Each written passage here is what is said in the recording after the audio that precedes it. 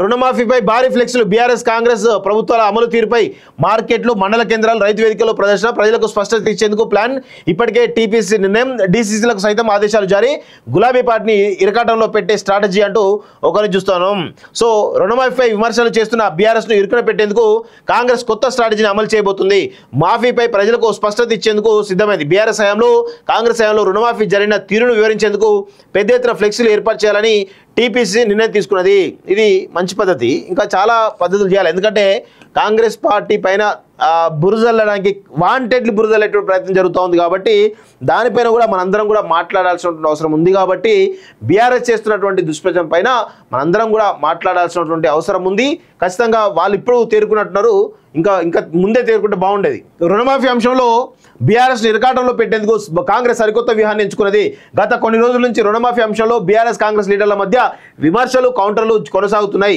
ఇరు పార్టీలకు చెందిన నేతలు ప్రెస్ మీట్లు మీటింగ్లు సోషల్ మీడియాలో పరస్పర విమర్శలు చేసుకున్నారు. దీంతో ప్రజలకు స్పష్టత ఇవ్వాలని టీపీసీ కీలక నిర్ణయం తీసుకున్నది. బీఆర్ఎస్ కాంగ్రెస్ పార్టీల ఆధ్వర్యంలో జరిగిన రుణమాఫీ వివరాలను స్పష్టంగా ప్రజల ముందు పెట్టనున్నారు. 8 కాలమ్స్ లో 2 ప్రభుత్వాల హయాంలో జరిగిన స్కీమ్ అమలు తీరును వివరించనున్నారంటూ ఒకరిని చూస్తున్నాం. సో చూడండి, హస్తం పార్టీ సర్కారు రుణమాఫీ చేసిందిలా. ఈ ఏడాది జూలై 15న రుణమాఫీకి జీవో రిలీజ్ చేసిన కాంగ్రెస్ సర్కారు ఏకకాలంలోనే 2 లక్షల వరకు రుణమాఫీ అమలు చేసింది. దాదాపు 17,000 కోట్లతో 22 లక్షల లబ్ధాలకు రుణమాఫీ జరిగిందని ప్రభుత్వం వెల్లడించింది. పవర్లోకి వచ్చిన 8 నెలల్లోనే ఆగస్టు 15 నాటికి 18,000 కోట్లతో రుణమాఫీ చేశామని, బడ్జెట్లో 31,000 కోట్లు పొందుపరిచామని చెప్పేసి కాంగ్రెస్ ప్రభుత్వం పేర్కొన్నది. బీఆర్ఎస్ పార్టీ రుణమాఫీకి 2014 ఆగస్టు 13న 2020 మార్చి 15న జీవోలు విడుదల చేసింది. 2014 రుణమాఫీని 4 ఏళ్ల పాటు 4 వాయిదాల్లో చేశారు. ఇందుకు వరుసగా 2014 నుంచి 2018 వరకు 4,040 కోట్లు, 4,040 కోట్లు మరొకసారి, 4,025 కోట్లు మరొకసారి, 4,030 కోట్లు చొప్పున విడుదల చేశారు. అయితే వీటి వల్ల రైతులకు ఎలాంటి ప్రయోజనం లేదని, అసలు అలాగే ఉండగా వడ్డీకి సర్దుబాటు చేశారని కాంగ్రెస్ పార్టీ వివరిస్తున్నది. 2018లో రుణమాఫీని 3 ఏళ్ల పాటు కొనసాగించారు. 2014లో కేవలం వడ్డీ మాఫీ జరగగా 2018లో అసలు కంటే వడ్డీకి సర్దుబాటు ఎక్కువ జరిగిందని కాంగ్రెస్ ప్రచారం చేయనున్నది. 2014లో 16,000 కోట్లు, 2018లో 11,910 కోట్ల చొప్పున మాత్రమే నిధులు కేటాయించాలని కాంగ్రెస్ పార్టీ వెల్లడించనున్నది. సో మొత్తానికైతే రుణమాఫీ పైన గత 10 ఏళ్లలో బీఆర్ఎస్ ప్రభుత్వం ఏం చేసింది, ప్రస్తుతం కాంగ్రెస్ పార్టీ ఏం చేయబోతున్నది అనేది చాలా స్పష్టంగా లెక్కలతో సహా వాళ్ళు చేయబోతున్నారు.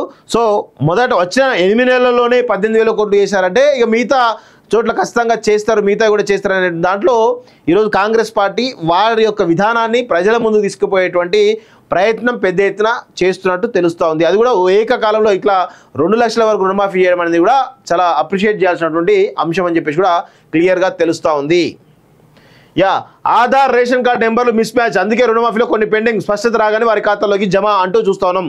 సో నేను అదే చెప్తాను, నేను రేషన్ కార్డులో, ఆధార్ కార్డులో, బ్యాంక్ అకౌంట్లో ఈ 3 కూడా పేర్లు డిఫరెంట్గా ఉండడంతో కూడా చాలామందికి టెక్నికల్ ఎర్రర్స్ వల్ల రాలేదు. దాన్ని కూడా సరి చేస్తూ ఉన్నారని చెప్పేసి కూడా చాలా స్పష్టంగా చెప్పడం జరిగింది.